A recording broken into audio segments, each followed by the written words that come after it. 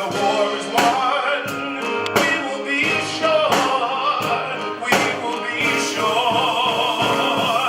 Now the war of life isn't finished, victory isn't won. We'll fight on to the finish when it's all said and done. We'll cry glory, we'll cry glory, oh, we'll cry glory, glory. One day, when the glory comes, it will be ours, it will be ours. Oh, one day, when the war is won, we will be sure, we will be sure. We'll cry glory, we'll cry glory, we'll cry glory, we'll cry glory, we'll cry glory, we'll cry glory, we'll cry glory, we'll cry glory, we'll cry glory.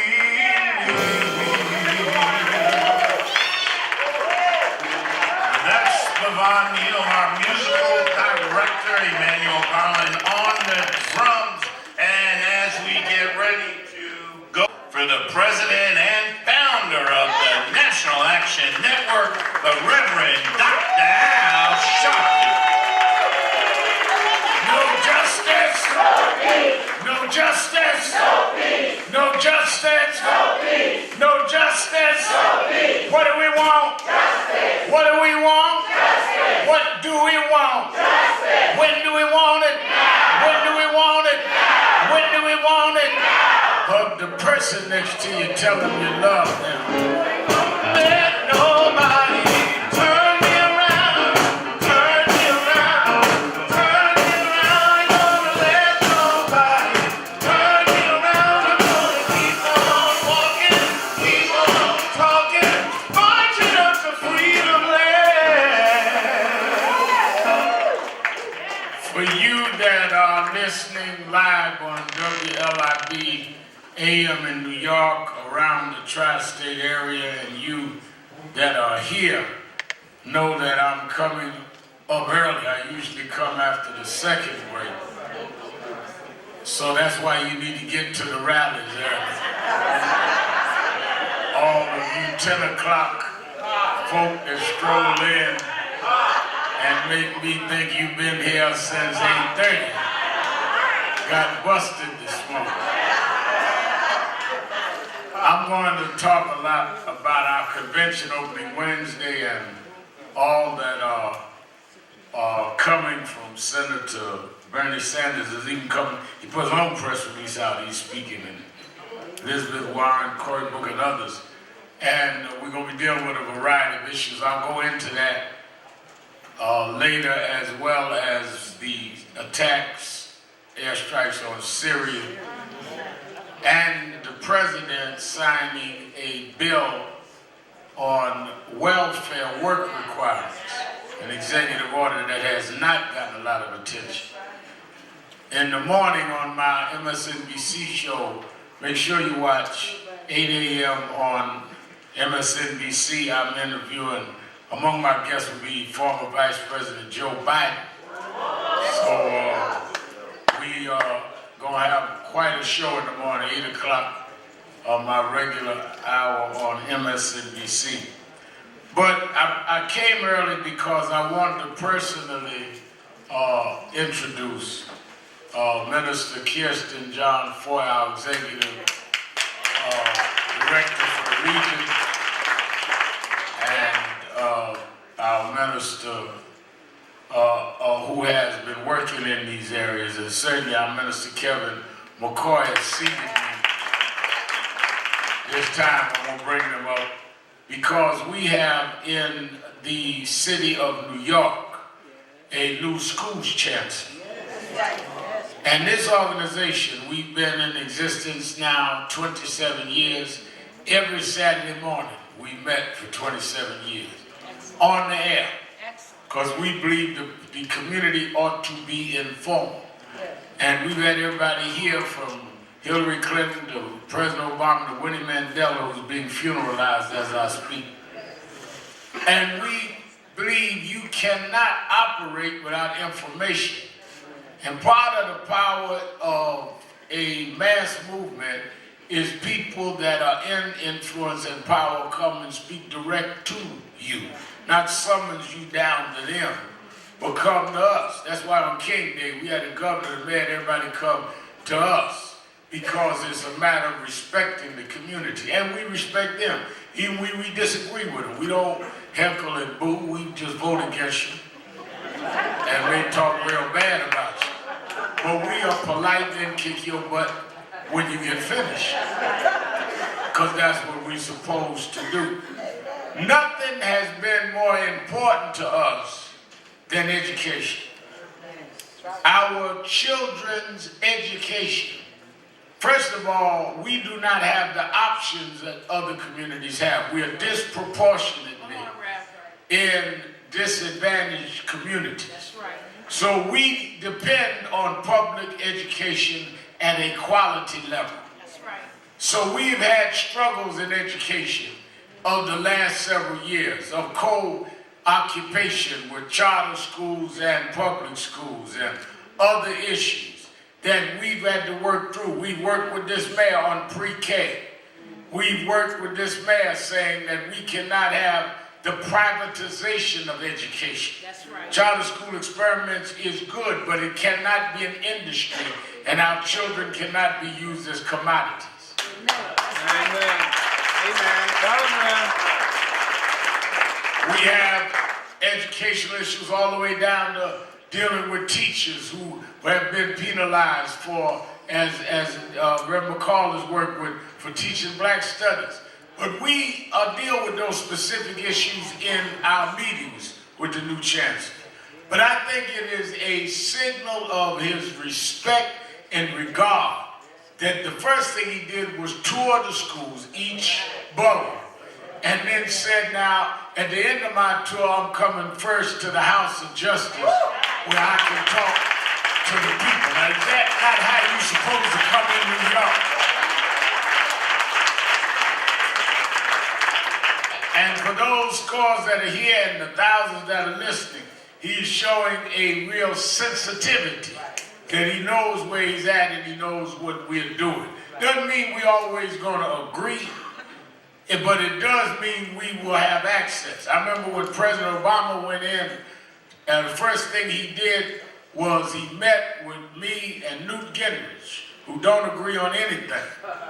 And I was watching Newt this week, who I think has really lost his mind. I'm really praying for Newt. But that's the second part of my thing. I don't want the chance to do that. But he asked Newt Gingrich and I to tour 5 states on a fact-finding tour on charter schools and public education. And we did. So we've been involved in this at the highest levels with Arne Duncan all the way through to John King. This new Secretary of Education is in need of an education. We've not met with her yet. Maybe I can bring the Chancellor with me and he can give her some books and math quizzes, but that's a whole nother. As we get to know each other, I'll see if he's got time. But I want to bring to you the Chancellor of the Department of Education, the largest school system in the nation, 1.1 million students. He comes from us, from his service in Houston, our national board member. I was telling him who pastors one of the largest congregations in Houston, has spoken highly of him. Reverend Amos Brown worked with him when he was in the Bay Area. So I already checked him out in my Negro vibe.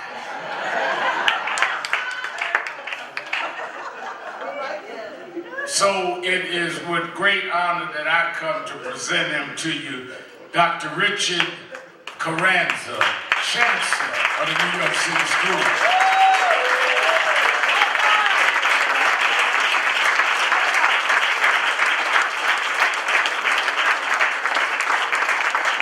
Thank you.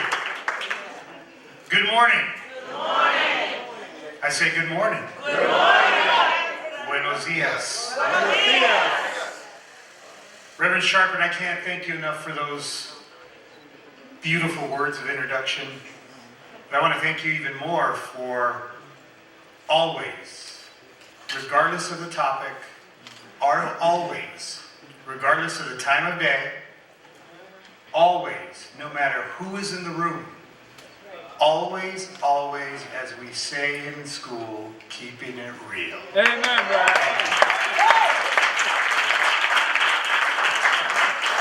So my brothers and sisters, I say that with all love in my heart. You don't know who I am, but I'm here to introduce myself to you. And who is this man that comes as a chancellor of schools? I will tell you, I don't come with all the answers. You see, I truly believe that the answers are in the community. And I truly feel that many times what happens is we don't pay attention to the community. So one of the first things I've done is go into the community. Not just one community, but 5 boroughs, 5 communities. And I've had the incredible blessing of being able to listen to students, to parents, to teachers, to administrators, to support staff. And what I've heard from our community is that there is an incredible dedication and an incredible love for their schools in their communities. I find that there's been lots of pride in what's happening. I find that, on the day I was introduced as a new chancellor here in New York, and I sat next to Mayor Bill de Blasio, I made the comment that there isn't much sunlight between the mayor and I. So you see, philosophically, we believe in the same things. So I think it's only respectful in my culture, and I know in our culture, that you know who I am, and I start with who I come from, my parents. So I want you to know that I am the son of a sheet metal worker and a hairdresser in Tucson, Arizona. May they rest in peace. But Simon and Dolores Carranza taught their boys, and I have a twin brother, Ruben, taught their boys, although they didn't know what it meant, they taught their boys that we were going to go to college. They didn't know what a FAFSA was, they didn't know what an application was, they didn't know what a major was, they didn't know how to do it, but they knew that we were going to go to college because, you see, in Tucson, Arizona, it gets a little hot. And I still remember as a boy, sitting at the kitchen table doing my homework, and it's 7 o'clock at night, and it's still close to 100 degrees outside, and my dad would be coming home, and he installed sheet metal on roofs in Tucson, Arizona, where it would get to be about 115 degrees, and he'd come in sweating, full of insulation, which we all know is kind of ground glass, full of it, and he'd say, "Good. Study with your head so you don't have to work like I do with my hands." Now, it was an honorable job, and there are many of our parents in the city of New York that work with their hands, and God bless them, it's an honorable job. Absolutely. But you see, they wanted for their children a different path. And as I've met with the community, and I've met with parents, and I've heard from them, what do you want for your children? They want a better path for their children. That's right. Not that their path isn't good, not that their path isn't godly, but they want a path where they can have an influence and make a difference. And it's that path, because of what my parents taught me, why every single time I've been in a position of authority. And the only authority the chancellor has is the authority the community gives him. But every time I've been in a path or in a position of authority, I will tell you, I am not going to be so busy keeping my job, I'm not going to do my job. So let me tell you about what I'm going to do with my job. In San Francisco, we fought for the human dignity rights of our students. Not the students who, from a privileged perspective, don't have anything to worry about. You see, it's the forgotten communities. It's the communities that haven't been represented. It's the students and communities that have been historically underserved. Those are the communities that I fight for. And while I fight for all students in the city, it is the historically underserved communities that you will hear this chancellor with this mayor say we are committed to. We are committed to. And New York City is a great city, and there's been great work, and Reverend Sharpen spoke about pre-K, and now 3K, and what we're doing. But you see, there's a whole other portfolio of work that we need to do, and we need to do this together. The unacceptable underperformance of some of our schools. That's right.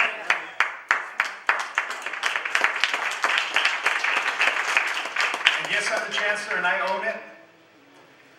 But I'm going to tell you that the community must come together. The community has an answer. The community has a solution. But it is unacceptable that we are educating in some of our communities a permanent underclass because we are not meeting the needs of our students. That's right. That's right. So how are we going to do that? We're going to invest in community resources, in community schools. We're going to invest more resources in schools that have historically not had the resources. We are not going to engage parents. You see, parent engagement is a very low bar. We're going to empower parents. That's right. Amen. I want parents to be empowered with the knowledge to advocate for their children. You see, these Saturdays are important because knowledge is power. Absolutely right, Reverend Sharpton. Knowledge is power. So we want to show our parents and we want to help our parents have the knowledge to advocate for their children, just like parents of privilege advocate for their That's children. right. Thank you. Yes, excellent. But ladies and gentlemen, my brothers and sisters, let me be very, very clear. We have a daunting task. Because you see, every indicator that shows how our students are doing, particularly our students of color, our African American students, our Latino students, our boys of color, every indicator that shows how they're doing that should be going up isn't going up. That's right. That's right. And every indicator that should be going down isn't going down. That's right. So what do I mean by that? Disproportionate suspension rates. Disproportionate rates of exclusion from school.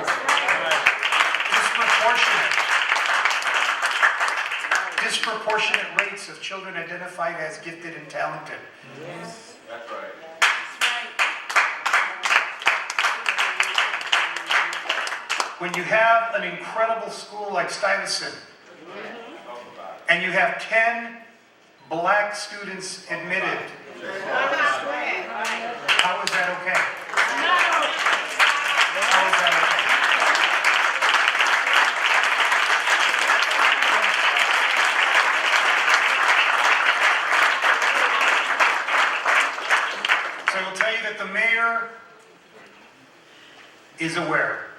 You see, the mayor knows who invited to be chancellor of schools. That's right. But let me tell you why this is even more daunting. You see, one of the founding fathers wrote about public education in America. And that founding father was Thomas Jefferson. And Thomas Jefferson put forward an idea about public education in America. And he said that there should be a two-track system of public education in America. One for the learned and one for the laboring. Yes. And that if we were successful, we might be able to rake a few geniuses from the rubbish. Now think about that for a minute. If we're successful, a few geniuses from the rubbish. Who do you think he was referring to as the rubbish? So my friends, when we think about the systems of public education, and who is doing well and who is doing not well, then we have to make a decision. Because those that are not doing well, it's either because they are biologically, genealogically, incapable of doing well in a public education system, or it's that the system hasn't served That's right. the needs of all of us.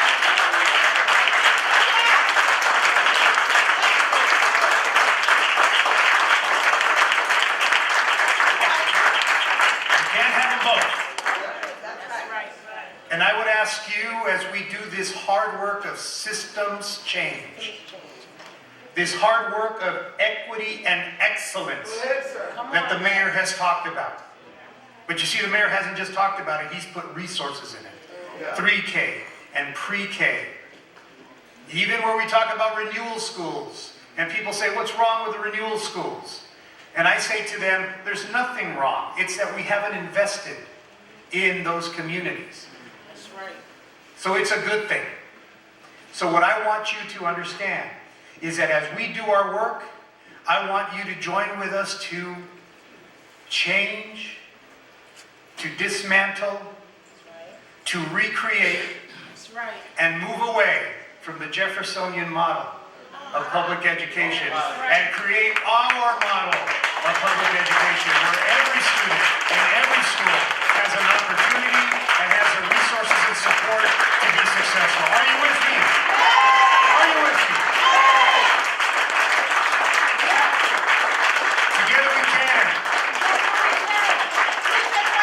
And Reverend Sharpton, I would like to join with you anytime, any place, whenever you invite me to join with you, and let's make this a reality. And I'm going to use the words, and as I wrap up here, one of my heroes as well, who fought for the rights of those who had no rights, who picked our lettuce, who picked our grapes. That's right. That's right. His name was Cesar Chavez, and he would often say, "Sí se puede, sí se puede, sí se puede." God bless you, and I'll see you in the schools.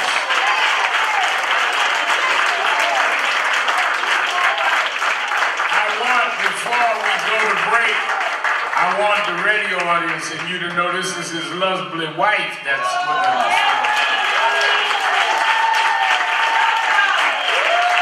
And I told her, I said, he's good. He got a little preacher in him. He got the role, and his assistant came out and said, like, wrap it up, but he don't know. When Rachel does that, I go 30 minutes longer. I thought she meant keep going. I want him also to meet our General Counsel, Executive Vice President, Attorney Michael Hardy, who's behind it. And I was telling your wife that when you had us stand up at least 2 or 3 times. Mr. Hardy didn't stand up because he tries to look objective, in case he's got to represent somebody. Let's go to break as we salute the new Chancellor for the City of New York School. Thank you for being with us. We're going to be right back.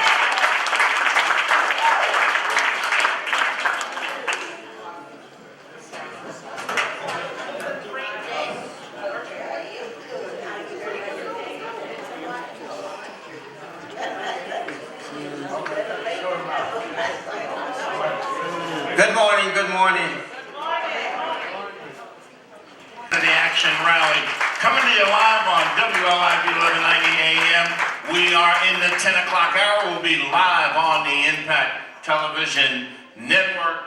And I'm bringing back the Reverend Dr. Al Sharpton.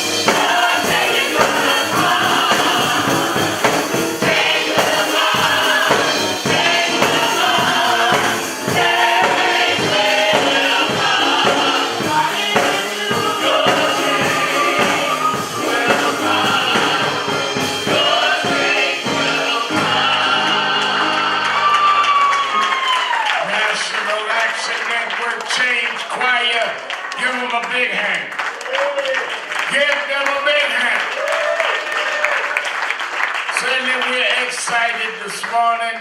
This is the Saturday leading into our national convention. And people are coming from everywhere. We have over 6,000 people pre-registered. And we still have some of the sessions that have space.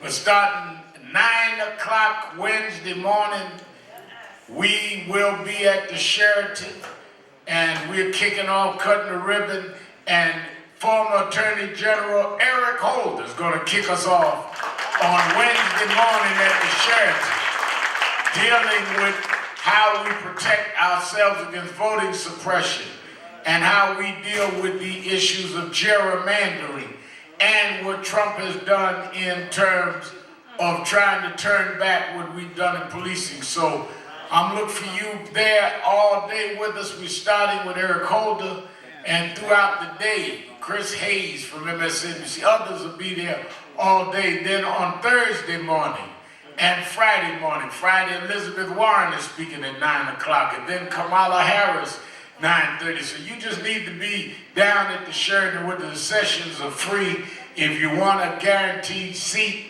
you can call right now, 1-877-626-4651, 877-626-4651, or you can go online to www.nationalactionnetwork.net. And I think that New Yorkers should be there. Didn't we enjoy the respect that the school chancellor came coming in first?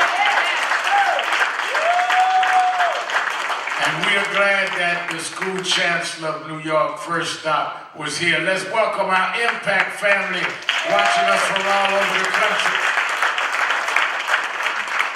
And as we get ready for the convention, it will be hosted in New York by our Northeast Regional Director, as all the senators and all of our common entertainment, everybody comes.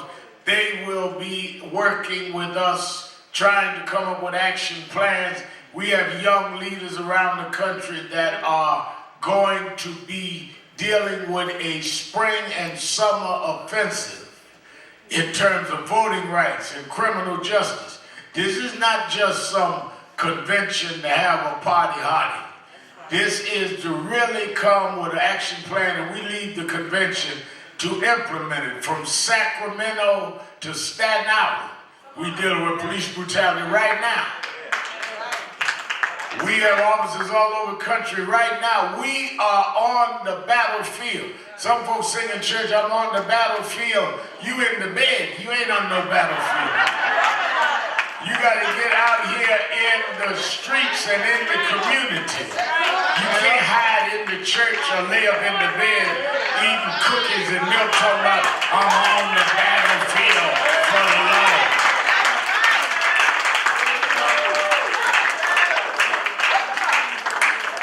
You on the battle with your pillow. I want you to hear from our host, Regional Director, a few minutes, Minister Kirsten John Ford. Praise the Lord. Praise the Lord. Praise the Lord. Don't have time for much this morning, but do want to get into what we just heard just briefly. You know, when I was going to school, most of the good teachers I had opened up the class session by saying, you start out with an A. That's right. Come on. But you work your way down from there. I'm going to give you the benefit of the doubt. That's right.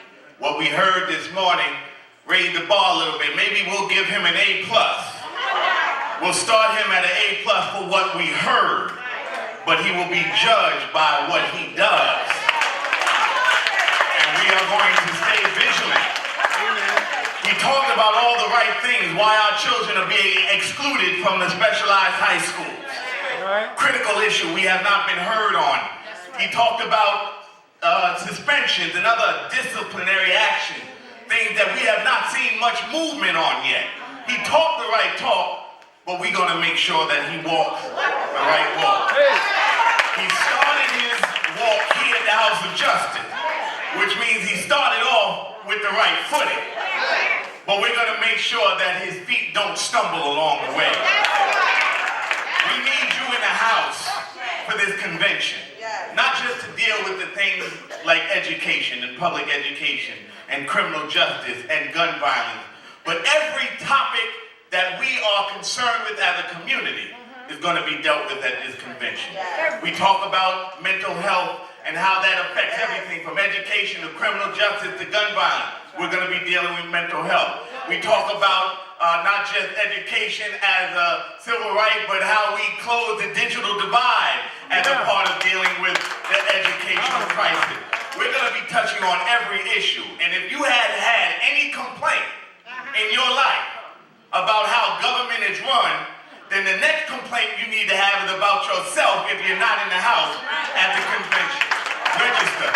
Call 877-626-4651. That's 877-626-4651, or log on to our website, www.nationalactionnetwork.net.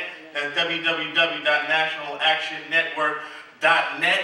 Be in the house. We will also have the most important of all in the house. Jesus will be at our convention. He's coming to the convention. He's coming to the ministers panel. He's coming to the revival. He's going to be in the house. So if you've been looking for Jesus, you need to register at www.nationalactionnetwork.net. And if you are not looking for Jesus, that's all right. We've got him to offer you anyhow. Come to the convention.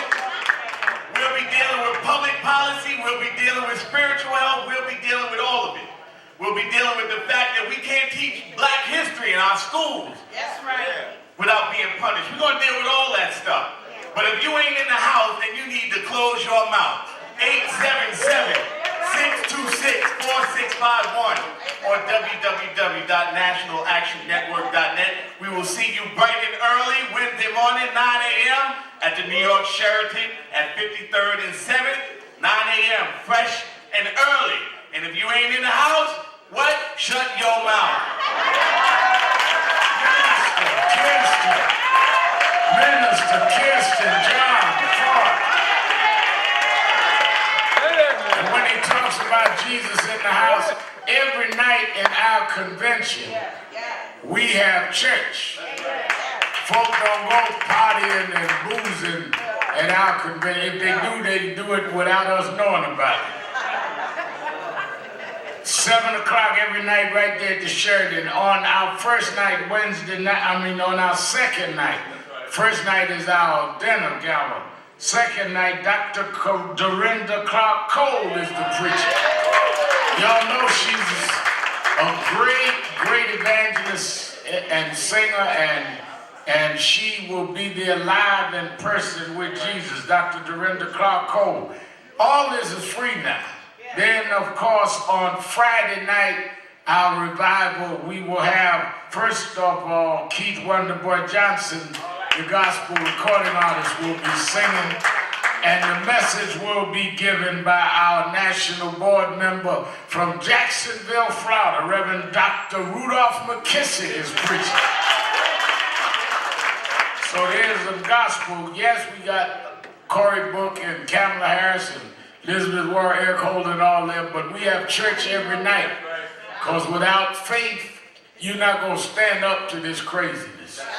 You're living in a world where they even raid lawyers' offices now. You better get prayed up so you can stay up.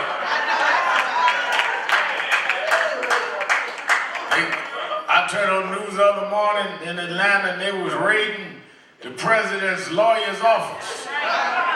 I called Mr. Hardy. He hadn't heard about it. I said, "You all right?" He said, "Yeah, what you mean?" I said, "You sure? You check your doors. They got a new thing going on now."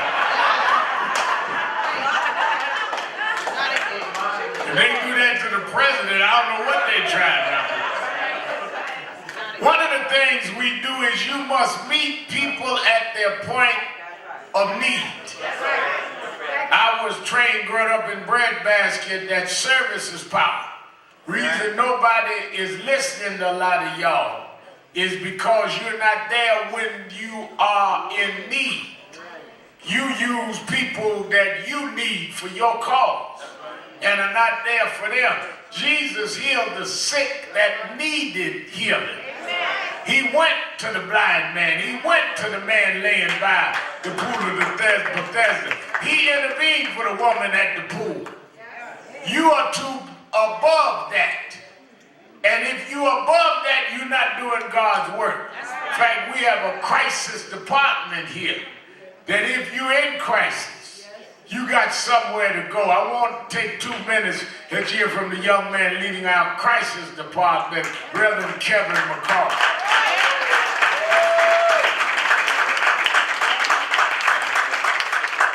Indeed, it is a pleasure and honor to be here another Saturday here at the House of Justice. Those of you who are in crisis, whether it's in Atlanta or in Sacramento or in Wisconsin or right here in New York, you can meet us at the Sheraton Hotel. All crises in every area will be dealing with those issues of those conversations.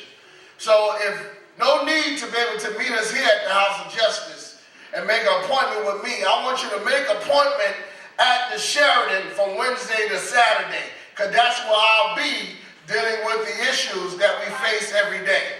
So we want you to register online, and if you have a crisis, you can come meet us at the convention. Following the convention on April the 26th, we will be having our last legal night for the month of April. This legal night will be very special because it will be led by our attorney Michael Hardy, who will be bringing on a very special person by the name of Honorable Milton Tingland, who is a New York State County Clerk. And he will be coming here to deal with the issues and the conversations about criminal convictions. He will be talking, his team will be here, so if anyone have any concern, if you can't find a job because you have a criminal conviction, if you haven't been arrested and you have a felony, you need to be here April 26th to see how you can get this sealed and dealt with. Too many of our brothers and sisters have records and can't get employment. So we want to make sure you join us here at Legal Night on April 26th at 7 o'clock to deal with those issues of criminal convictions. You can be able to come here, you can come, you don't have to be registered or anything like that, but you want to be here, or any other issue, there will be attorneys to be able to be here to deal with your issue on Legal Night. But all roads leads to our national convention. If you have any crisis, join us on Wednesday through Saturday at the Sheraton Hotel. Thank you very much. Reverend Kevin McCall. Reverend Kevin McCall.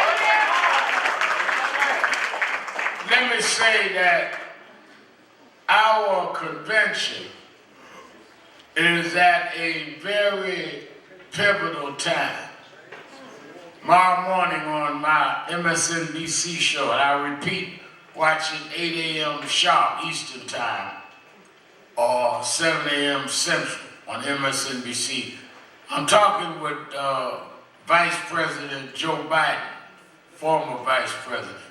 One of the things he said is that we are fighting for the soul of the country.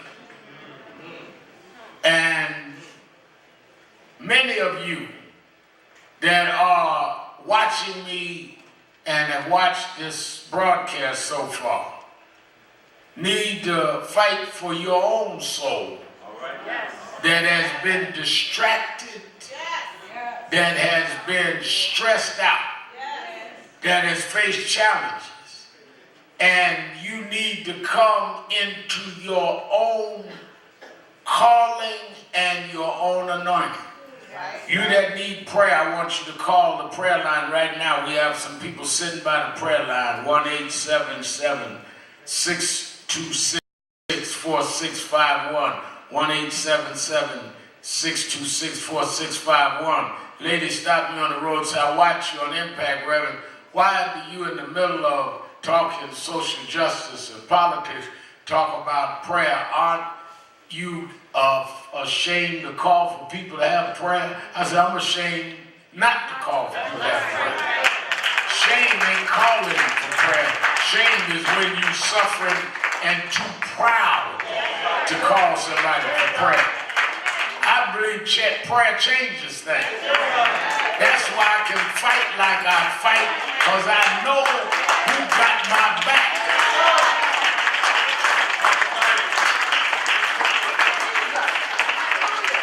Now, one of the things that you got to deal with, and we're going to deal with a lot of the issues this week at convention.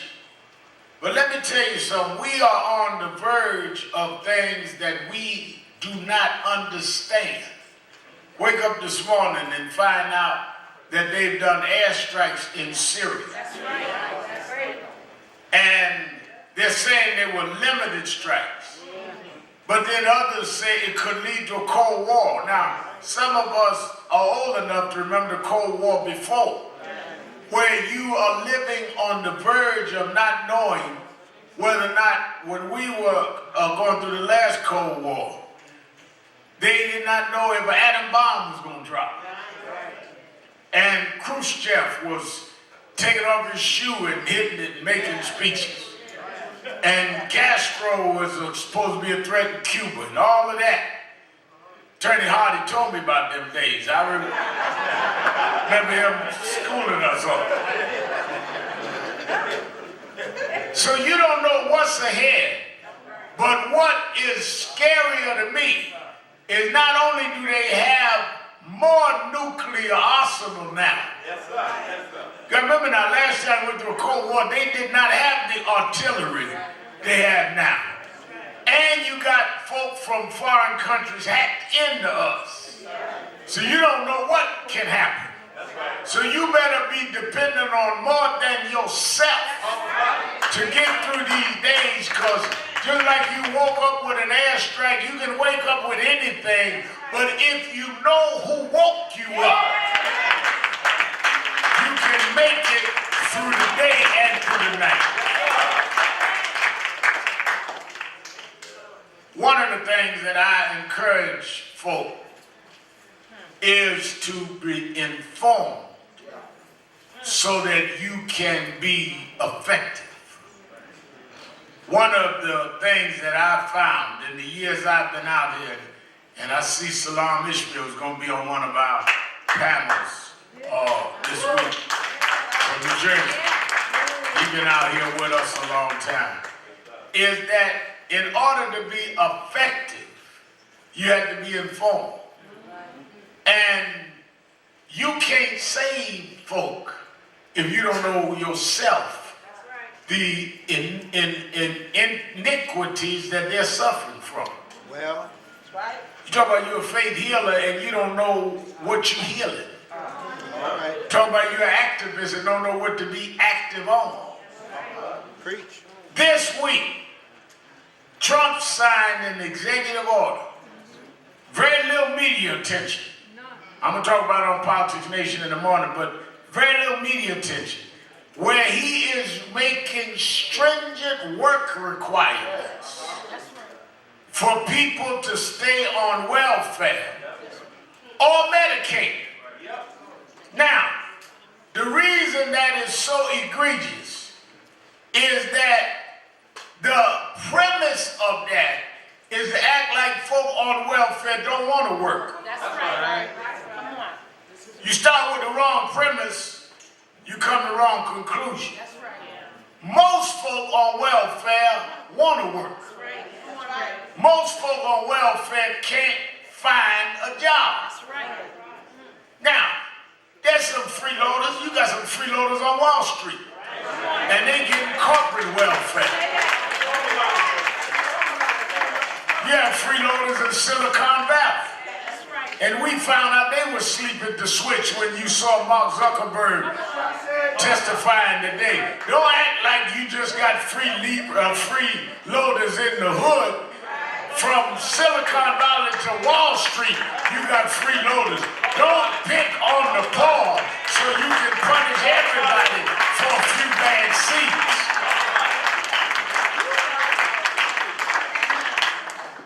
Second of all, you can't get rich on welfare. They act like folk laying back in luxury. Spend half the time running around.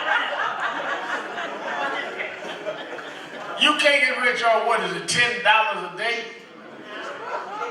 On food? I mean, when you look at what they're given, that's why they created this bogus thing during the Reagan years about the welfare queen. That she's supposed to have all these mink coats and diamonds. We found out all that wasn't true. And they put the face of welfare as black when the majority of folk on welfare in this country are white.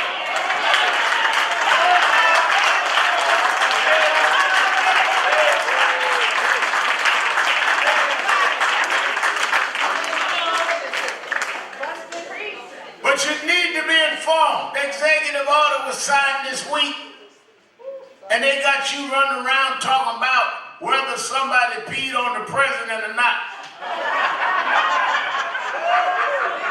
You better worry about your mama and your grandmama and your grandchild. They are trying to shift public policy. That's right. That's why we convening in New York. Tomorrow, New York Times, cover the magazine, says that if you look at the data now, the data are the facts. Black infants, for every 1,000 black child, 11.3% of them die in birth, at birth. Compared to every 1,000 white child, only 4.9%. We are dying at infant mortality rates more than twice that of whites. Why? Black women Come on. giving birth, dying more than twice Come on. the percentage of white women giving birth. Why? There is a wider gap of infant mortality That's right. and prenatal birth mortality That's right. now among black women and black children now than it was in 1850, 15 years before slavery. That's crazy. It's worse now. With all the technology. And you sitting up somewhere not understanding that we are in crisis while you are in escapism. One of the reasons I stay so hard on a lot of our cultural figures is that we are not discussing these things. And our preachers. One rapping, other moaning, and none of them dealing with the facts. Our babies are dying. Our black women are dying. Our young men are in jail on bogus parole charges. Police shooting unarmed folk in Sacramento and people with mental challenges in Crown Heights. And you ain't rapping about it, you ain't preaching about it, but God told me to cry loud and spare not and lift up my voice like a trumpet in Zion.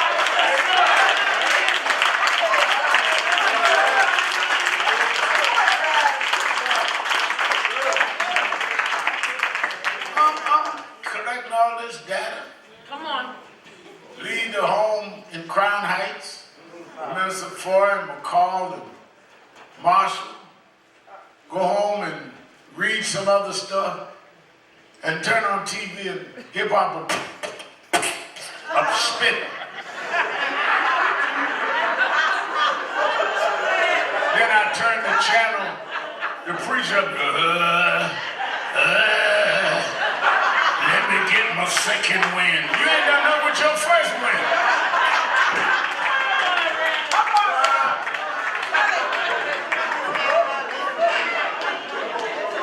Just distracting people from what needs to be done. You can't rap your way out of this. You can't hoop your way out of this. You're going to have to work your way out of this.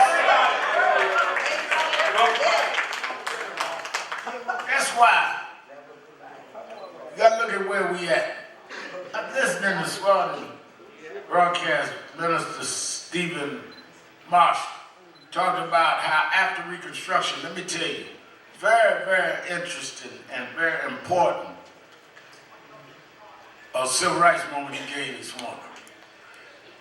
When we got out of chattel slavery and Lincoln was killed and Johnson came in and they had the Reconstruction period, during Reconstruction, like he said, they had the black codes That's right. that also led to Plessy versus Ferguson, Dred Scott. There has always been a backlash era to every advancement made for black folk. Study history. Lincoln signs Emancipation Proclamation freeing the slaves in the slave states. Blacks start voting. Marshall ran it down this morning. Blacks started having the ability to vote not because they liked us, but because they wanted to outvote the opposition party. We were able to use the vote. We understood that they didn't love us, but we loved ourselves. And we put blacks in the Congress, in the Senate, and blacks in power all over this country. That's when they started with the black codes and taking away our rights, Dred Scott, and started with the KKK and White Citizens Council. Is that not the history? All right, well, fast forward 100 years. We elect black mayors. I talked this week to Mayor Richard Actuon Gary. I'm going out there and do this civil rights dinner next month. We started electing black mayors. Then we got some black governors. Governor Doug Wilder in Virginia. And we got the governor of Massachusetts, Deval Patrick. Blacks in the U.S. Senate. And then went on and elected a black president and re-elected him. You don't think there was going to be a backlash to that? So what we are in and what we're convening this week is how we deal in the middle of the backlash. How do we survive and thrive through this backlash? And if you don't understand that you are dealing with a reaction, Newton's law, to every action there is equal reaction. Trump is a reaction to the action that we took. And rather than get rattled by him, you are strong enough to do the action. Now defend the action and keep going through the backlash. That's why the real activist is going to be in New York. That's why the real preacher is going to be here. Keeping it real. Now, everybody is not ready for the real facts. Some of y'all are not ready. Y'all are sprinter saints. Sprinter activists. You do a short run. Something happened, you can call a quick crusade. Hold hands. Charlie Lynn. You feel it? Feel some more. And then a week, everybody going back to what they was doing. Sprinter saints. Don't change nothing, don't change nobody. Just go for the quick shot, quick race. Sprinter activists, somebody gets shot, you have 2 or 3 rallies. Start walking around behind yourself, following yourself around the corner, talking about what you ain't gonna take no more, and then you go back to work till the next one shot. Sprinter activists. Short dance. But then some of us are marathon runners. We've been running a long time. We've been running in season and out of season. We've been running with the wind hitting us in the face and the wind hitting us in the back. It didn't matter up the hills and down the valleys. We kept on running.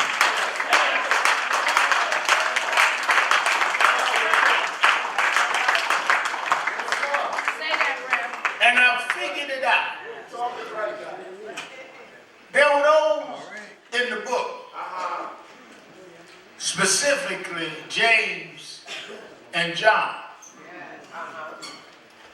They were around Jesus. And they asked Jesus, they said, Lord, in response to a question, I want y'all to get this now. Jesus said, what is it that y'all want from me?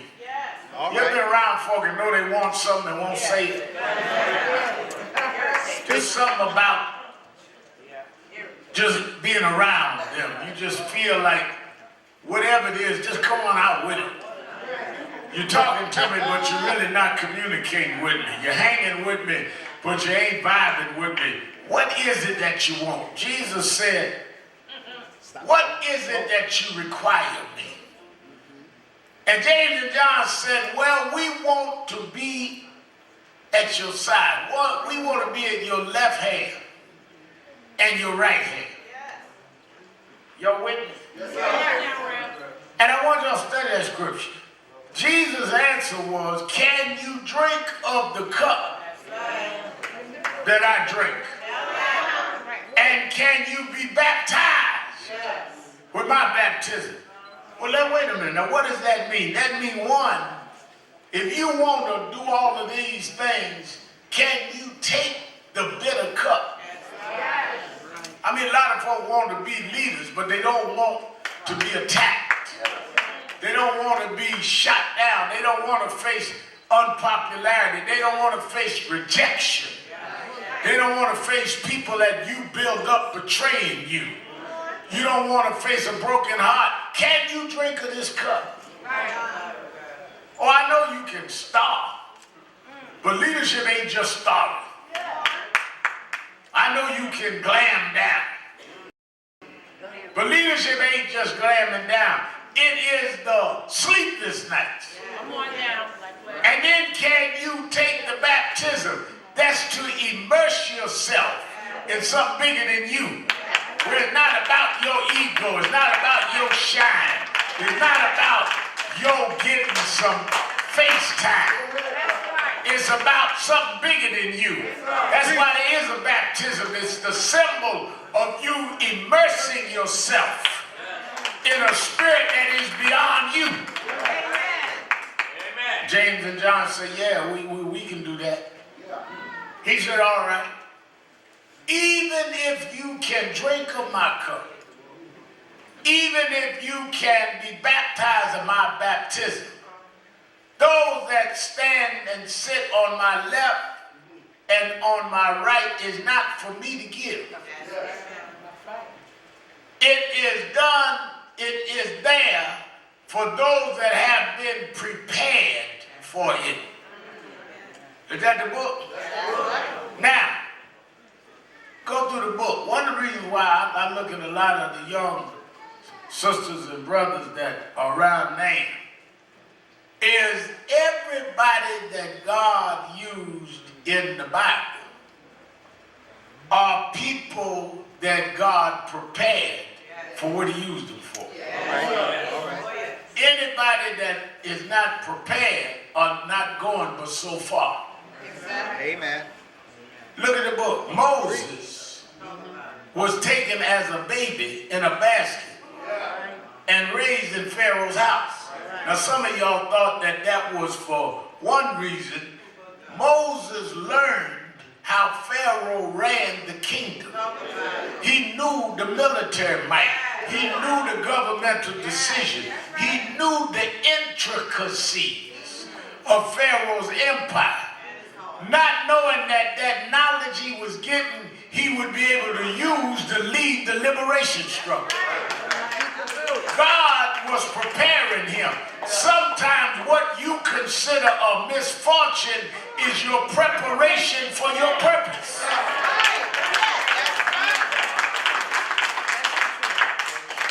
Every bad experience is not for bad result. Sometimes you be saying, why would God let us go through this? Sometimes you got to go through this to get ready for what God got down the road for.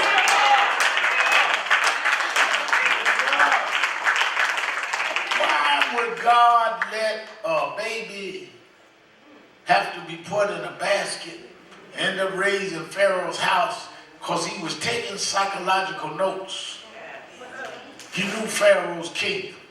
And when it was of time, he was put out of the kingdom and came back from one that was raised in Pharaoh's house to lead the children of Israel and to be the instrument to warn them of the 7 plagues. But he knew Pharaoh's kingdom better than any Israelite because he grew up in the house. Yes, Go back to my text. Jesus said, yeah. they are prepared. Amen. David was prepared to lead. He was in Saul's army. Nobody that's going to lead in significant ways, God don't prepare them for they lead. Amen. Well, I'm going out there on my own. I got to build my name. Y'all ain't going to get nothing sitting up under nobody. Going out there, ill prepared. And we will all watch you bust your behind on prime time. All right now. I remember a guy used to work with James Brown when I was younger. Used to roll around with Mr. Brown. And he talked about, I can do what James do. I'm tired of singing background. I'm tired of this. When he gonna give me my shot? He getting old, he can't do it all, Got left. Went out, they put him up one night in Apollo. He threw the mic and almost bust his lip. Went down the spit, couldn't get up. Not prepared. Got him there. That's why some folk running around, coming there and leading there and all that. My daughters, Kirsten and Steve Marshall, all them be talking. And Hardy just sit there, look, because he'd see them come and go. Because if they ain't prepared, they don't have to know how. Do what you got to do. But those that are prepared, let me tell you about the preparation. If you are prepared, if you've been through the fire and the flood, if you've been through the bad days and the good and prepared, nobody can deny your spot because you've been prepared and placed in your spot.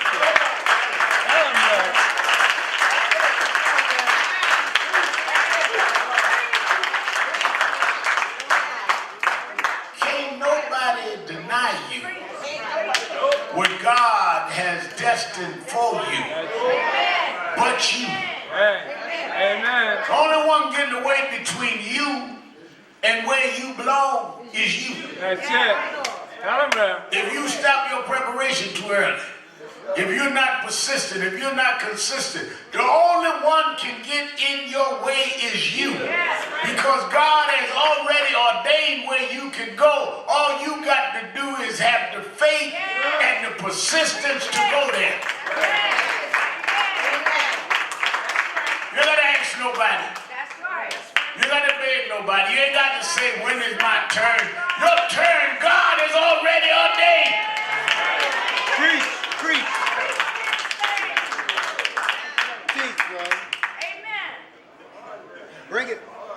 That's right. I ain't worried about Trump. That's right. Trump is nothing but a backlash to challenge us to go forward. Trump is nothing but an obstacle to challenge us that God can bring us through any obstacle.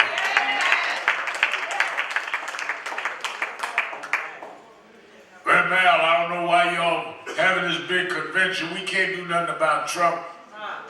Well, then you don't come. I want the folk that know that God will and God has and He will again.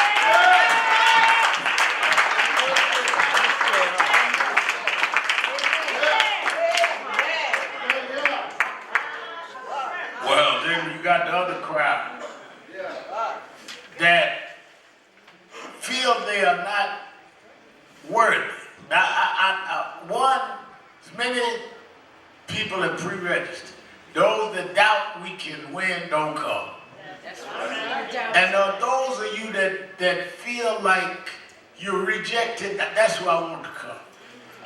Because a lot of folk have been tricked into feeling that you got to be of a certain background and a certain pedigree and a certain lineage and a certain kind of countenance in order to be of service. That's right. I was reading out there about Zacchaeus. He was up on a tree. He's still a man of means now, but he was short. He was one of low stature. Even though he had all this little kind of power, people laughed at him because he was short. Some folk laugh at you because you don't look right. You ain't tall enough. You ain't slim enough. You too old. You too young. You ain't educated enough. You ain't refined enough. You ain't polished enough. Like Zacchaeus, you don't fit the model of what they want. I want folk that don't fit the model to work with me. I want the folk that ain't cute, that's been rejected, that's been ignored to work with me.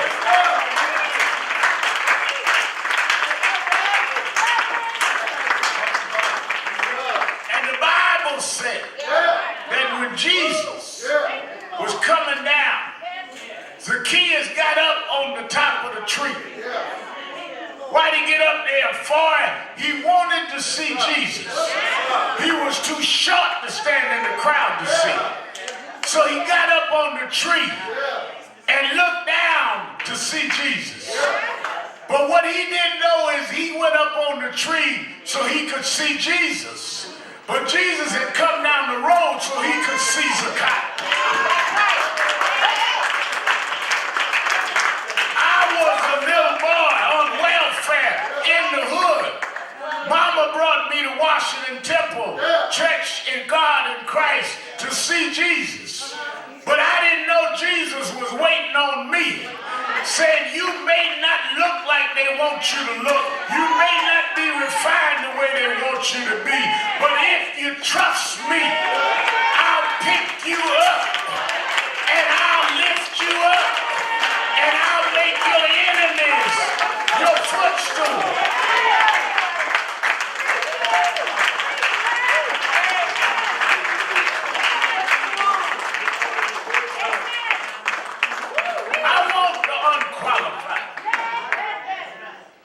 Young brothers and sisters ask me, how did y'all build a movement? I built a movement of rejects. I built a movement of folk that nobody else wanted. I went and fought for folk that nobody else felt they was worth fighting for. Nobody saw the value in Yusuf Hawkins' life. Nobody saw the value in Amadou Diallo here from Guinea, what he doing here. I fought for folks that you thought was worthless because you thought I was worthless. But I've never been worthless and neither were they. I'm not an accident. I was an intention of God. God intended to make me just the way I am.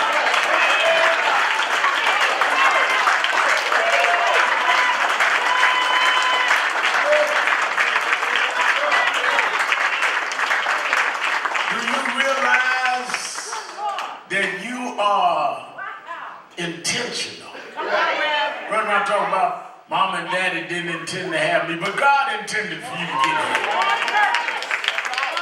Mom and daddy might have been messing around, but God had a plan. You were intended to be here at this time, in this space. Now you just got to answer the purpose He put you here for. Amen.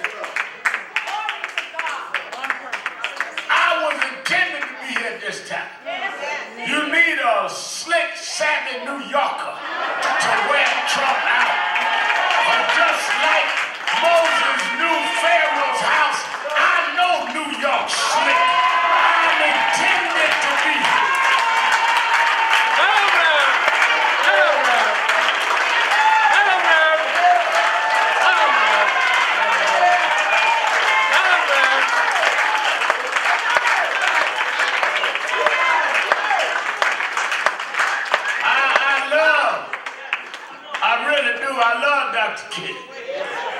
king came from the South and Atlanta and grew up in preacher's home. Right. Daddy was a preacher, father-in-law preacher. I love Rem Jackson, but he come from Greenville and grew up in the Piedmont Mountain area. So I watch a lot of the commentators, a lot of them, Chris Matthews and Chris Hayes and Joy Reed and them will be at our convention this week. They all went to the Ivy League schools. But I came up Brooklyn. on Fulton Street Hey, Alabama. in Bedford Avenue. I came up taking the number 2 and 3 train down to Times Square where they took marbles and played 3-card money. Dr. King wouldn't have understood New York Con. That's it. That's it. Some of the commentators don't understand New York Con. That's it. But I grew up watching New York slicksters trying to beat you out your money. I grew up hearing New York slicksters trying to get more rent out you than you do. I know New York slick. I was born for these times to face a New York slick. That's it. That's it, man. That's right, man. That's right, man. Alabama. Alabama. Alabama.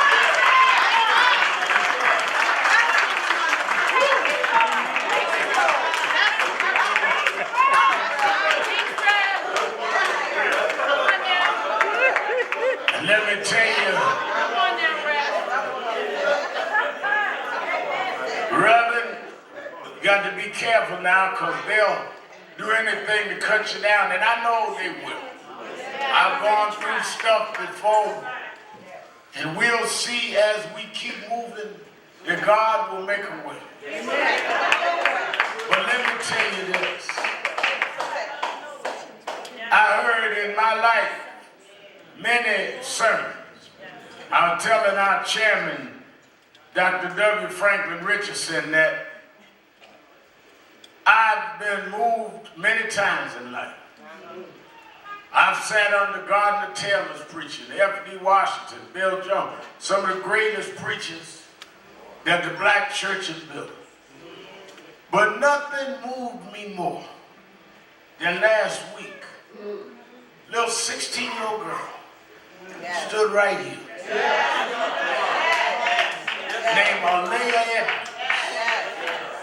And you know, a preacher can find a message. She said that when they came in my school, she went to Parkland High School. When they came in my school, I thought it was a prank. But then I looked as I heard the gunshots, and I thought somebody was doing a prank.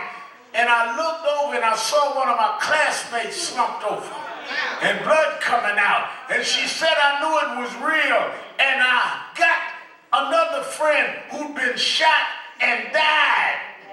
And I would have died, but I dragged his dead body over me. And what saved my life is I was covered by the body of my dead friend. Trump, the reason I'm not scared of you, the reason I don't fear your power is about 2,000 years ago, a man went up on a Calvary mountain and he gave his body to cover me. And the reason I'm going to make it is I got up under his body and he covered me. He covered me. He covered me. Everybody sing. Everybody singing. Everybody singing.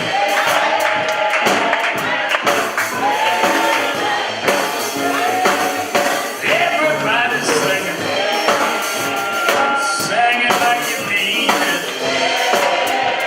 Sing it like you mean it.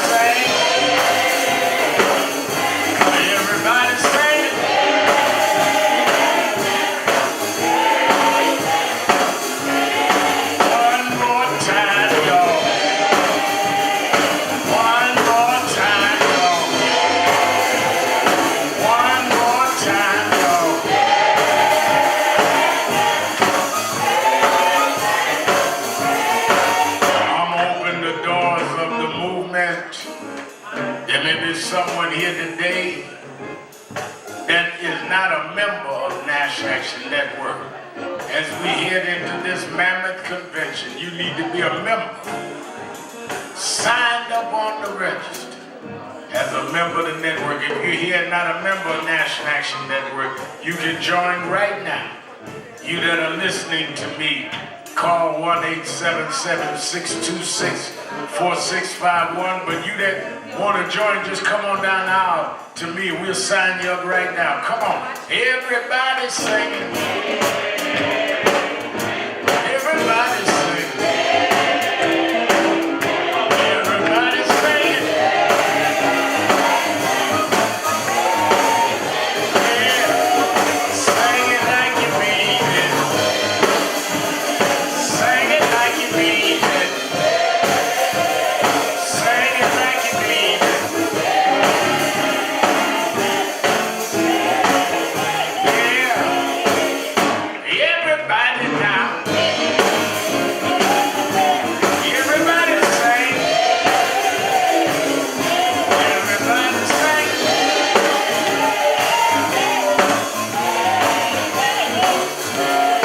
One last time, y'all. One last time, y'all. Everybody sing.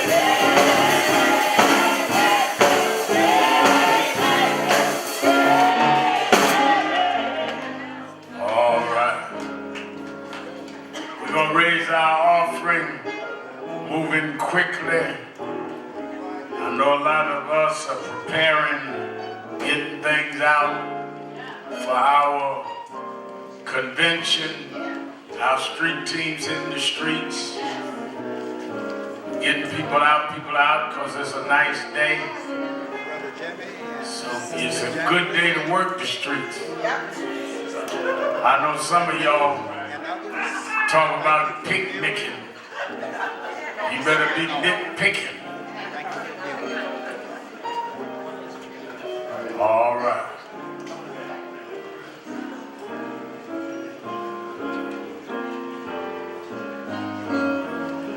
Raise our offering. I hear them calling them laughing like they you take that suit off and hit the streets. For the convention.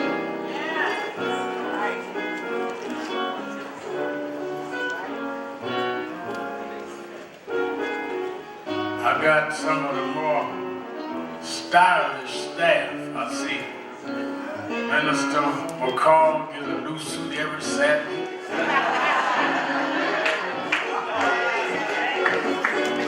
Matching shoes, socks. Reverend McCall, Reverend Marshall.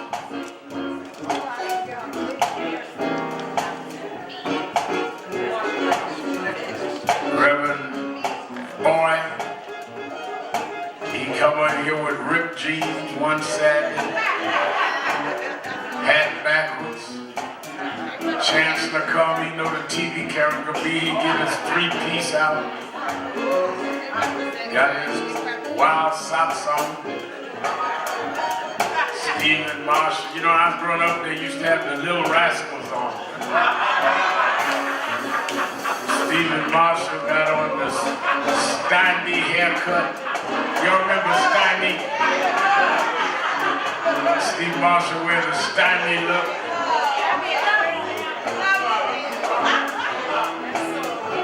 I got a stylish staff.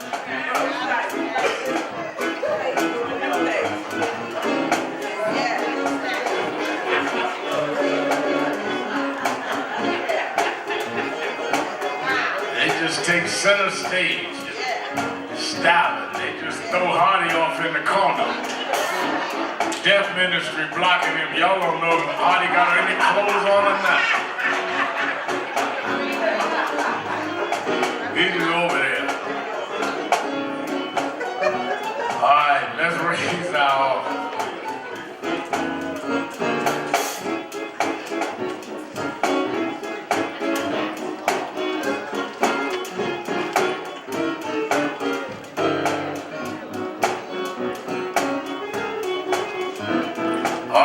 need about 10 people. About 10 people that give $100 or more. Come quickly. I need about 10 folk give $100. Give Winston Gilchrist $100. Brother Simpson $100. Sister Cynthia got on her name t-shirt $100. Lord Donnell $100.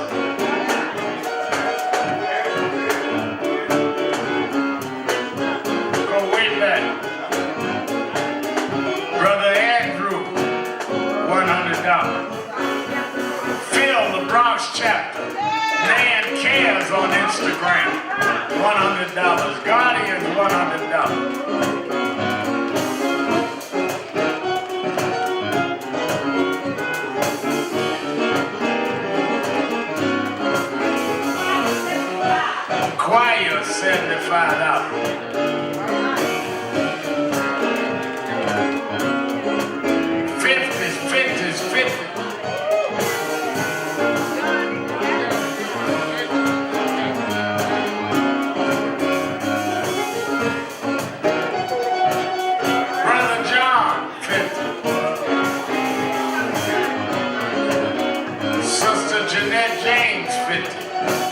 Sister Dawn, 50. Sister Christine Dudley, 50. Sister Olive, $50.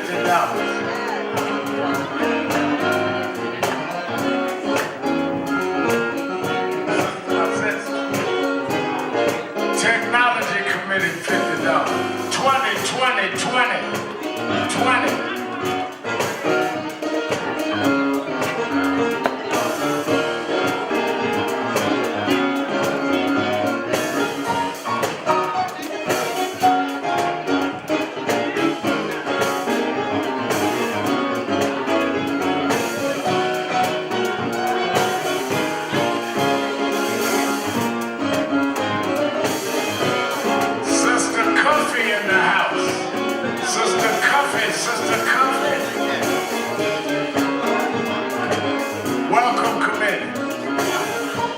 All I got on her hip-hop glasses today.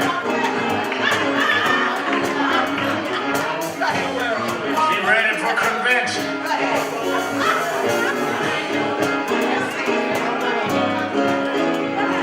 Everybody, whatever you have, $1, $5, $10, come on, whatever you have.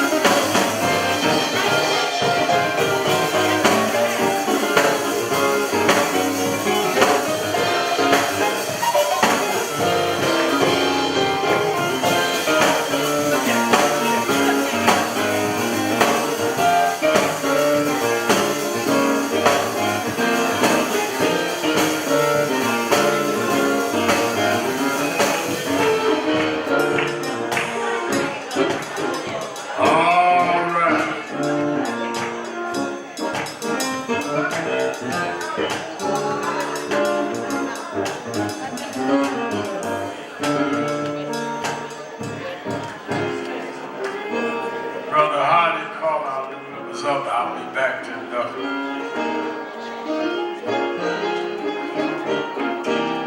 All right, I want to bring up our new members, Sharice Costello, Guillermo Perez, and Janetta Foreman.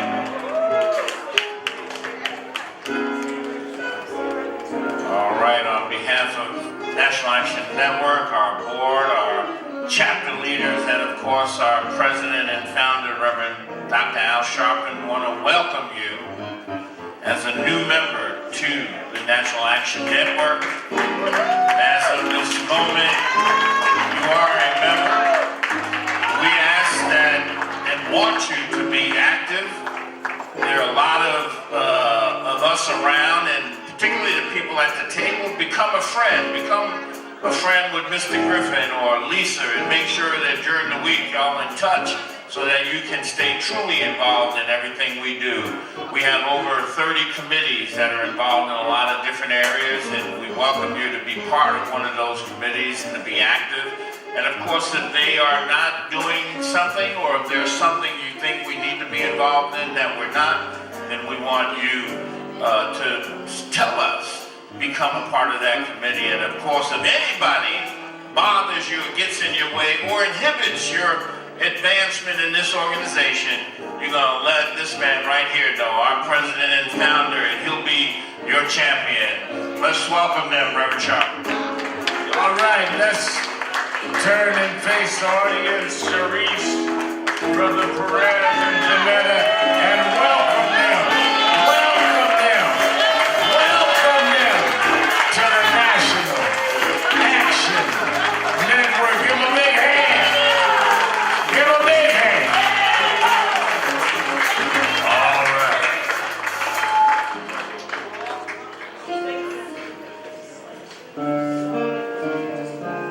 All right. Now, I'm getting ready to go. Where's Sister Earlene Jackson? Right here. She's 84 years old. Happy birthday to you. Happy birthday to you. Happy birthday,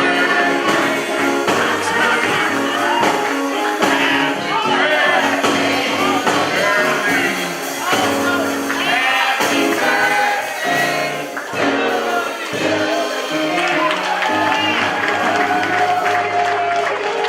Happy Earlene Jackson, one of our best members, 84 years old today. Alvin Ponder, 81, dancing